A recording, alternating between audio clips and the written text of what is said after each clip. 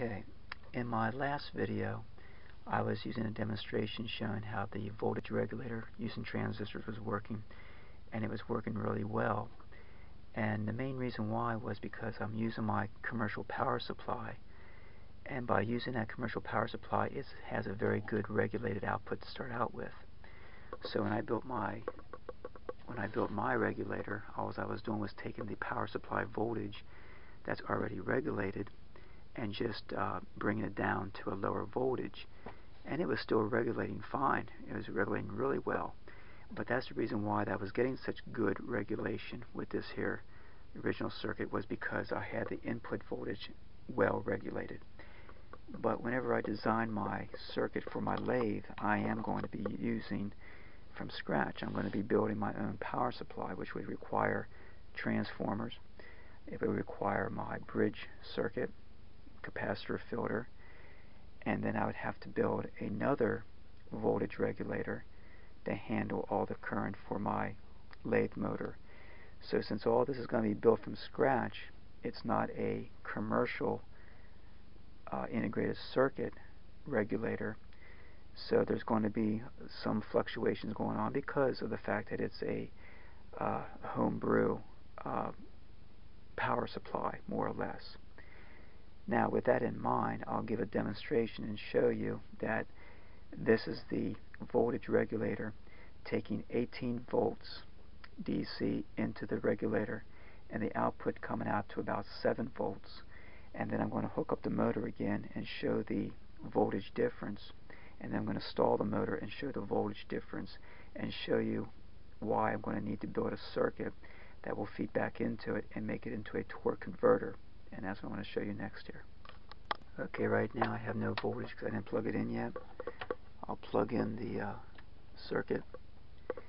So the transformer is now on, the voltage regulator is now on. I have no load on there yet, and I'm sitting at 7.03, so we're looking at 7 volts right now on the output of this regulator.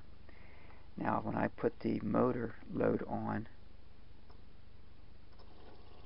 okay, the motor's now running, it drops down to 6.8 volts.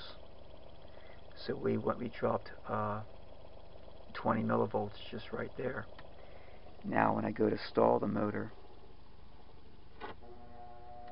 it drops down to 5.5 volts, 5.4 volts.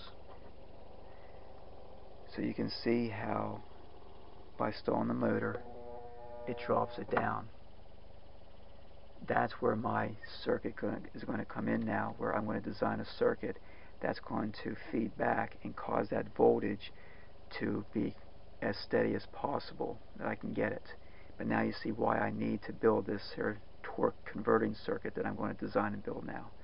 So there's a good demonstration there of why and how this works using a built from scratch power supply to feed into a regulator. Okay, so now the torque converter circuit coming up next.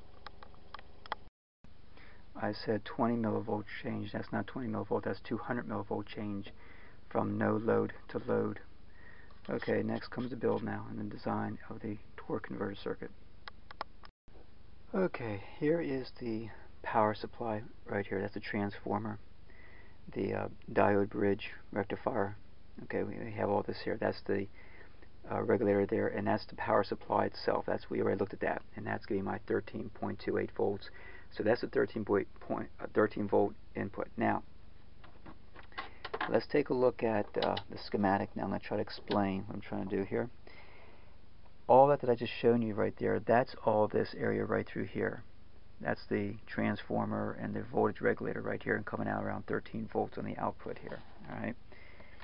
What I'm trying to do now is I'm trying to make a very minimal, now this is very minimal at this point right now, a feedback circuit that will sense the motor stalling a little bit and picking that speed back up.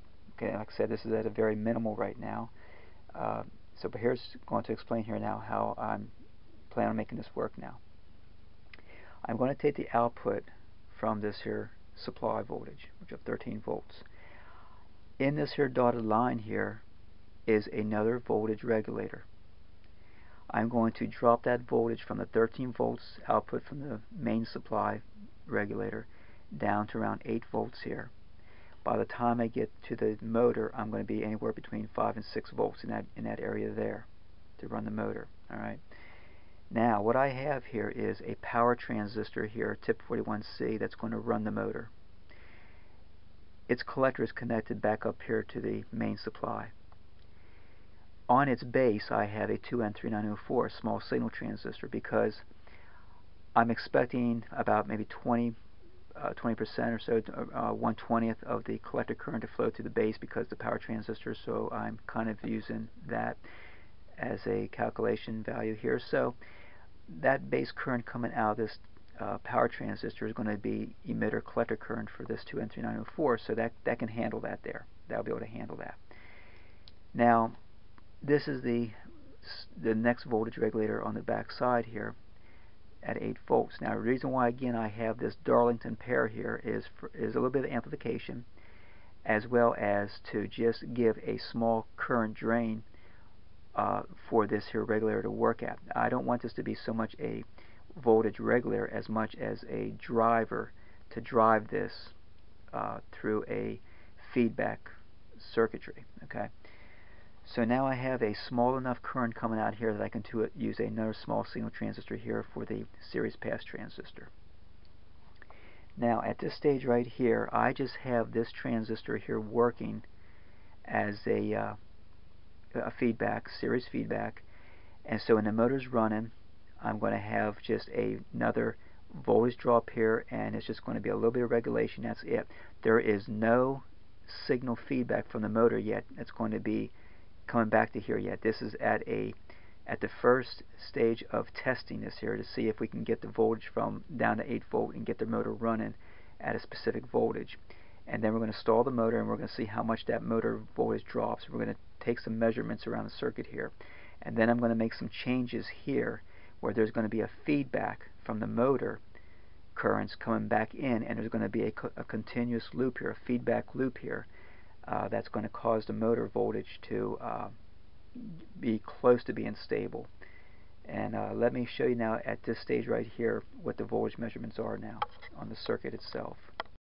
Okay, now here is the feedback circuit. This is the torque converting circuit that I'm at. Like I said, it's minimal here, and this is the output transistor here that will feed the motor. This is the two transistors in Darlington pair, and then this right here is the back side of the voltage regulator to take the 13 volts from the main supply down to 8 volts, and then of course that'll go down around 5 volts on this side here, 5-6 volts. Now this is right now with no feedback from the motor, and let's see what we have here. I'm going to plug it in here, and here's the voltage. There's the voltage on the output now.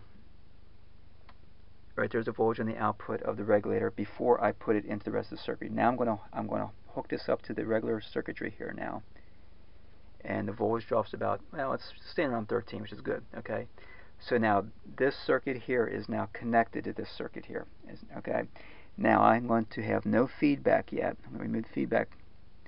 So I have no motor feedback. I just have, like we showed here in the schematic, it's just in this here configuration here. And we're going to check the voltage in different places here.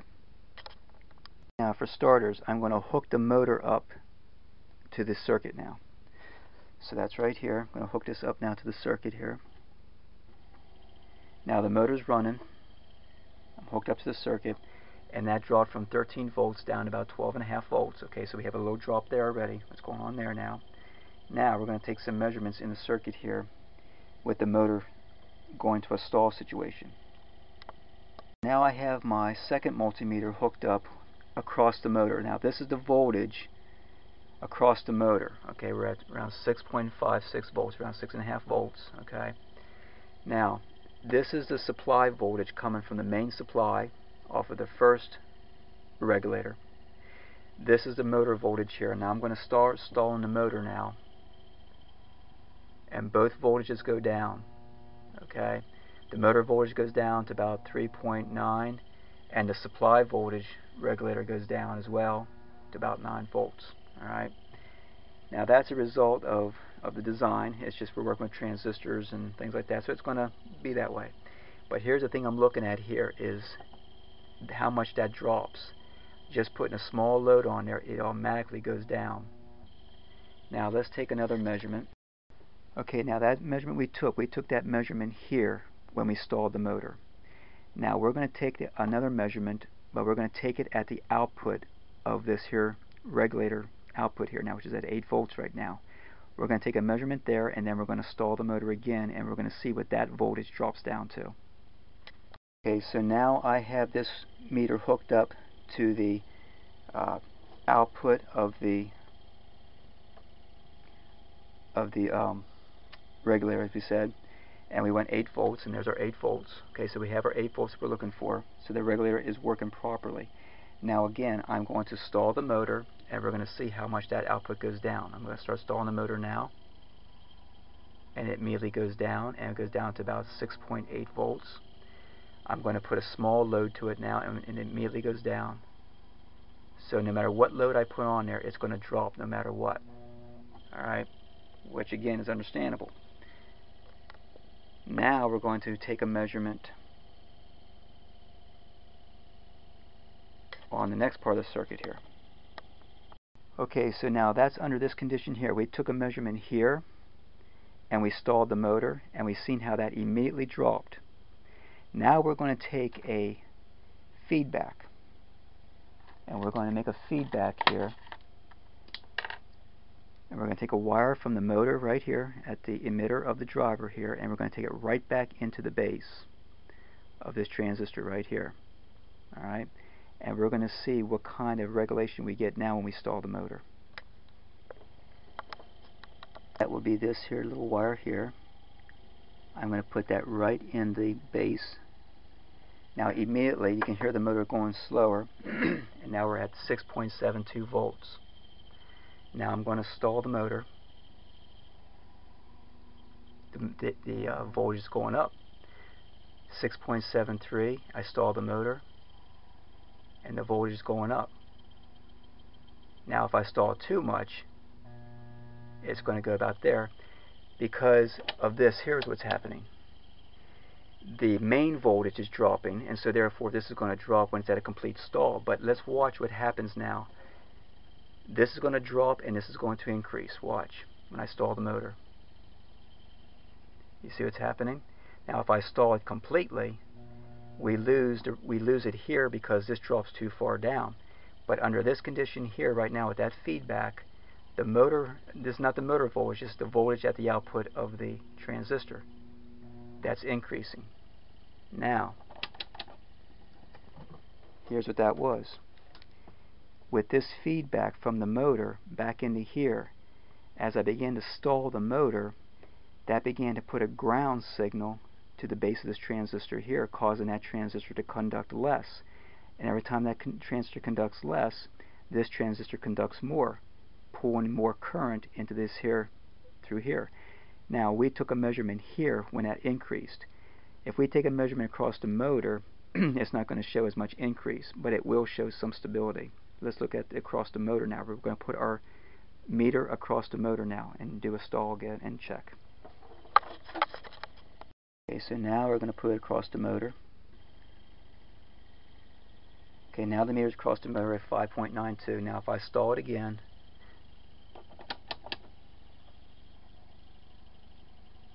it's immediately going to drop because it is, but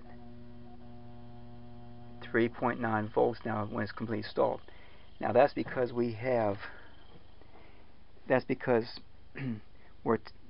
that's normally going to drop because of the fact that the way the circuit's designed, it's not going to be able to pick up all that voltage. But it's still, we're still getting some pickup here to keep that pretty close until I get to a complete stall. I get to a complete stall, and that's going to just drive the transistor completely out. So that's what's happening there. But under a normal load, a very low load, it drops very slowly. because we are getting, as we showed before, we are getting more heavier output here to keep that running. Now let's remove this completely out of the circuit here now, the bias resistors, and all the base bias now comes from the motor and this transistor. There's going to be a voltage divider happening right here now, direct feedback. So this here is now going to be biased by the motor current only, and let's see what it looks, how it happens. We're going to take a measurement here now again. So let's switch this back to our output transistor I just showed. But now let's remove the bias resistors. That would be these two here. Now this transistor right here is only biased by the motor current. And that's what's happening right here. Okay. Now there's our voltage at the output. Now the voltage we're looking at is this voltage right here again at the output of the driver transistor here that feeds these transistors, that feeds the motor. We're looking at it right here. We're looking at the voltage at now. I stall the motor.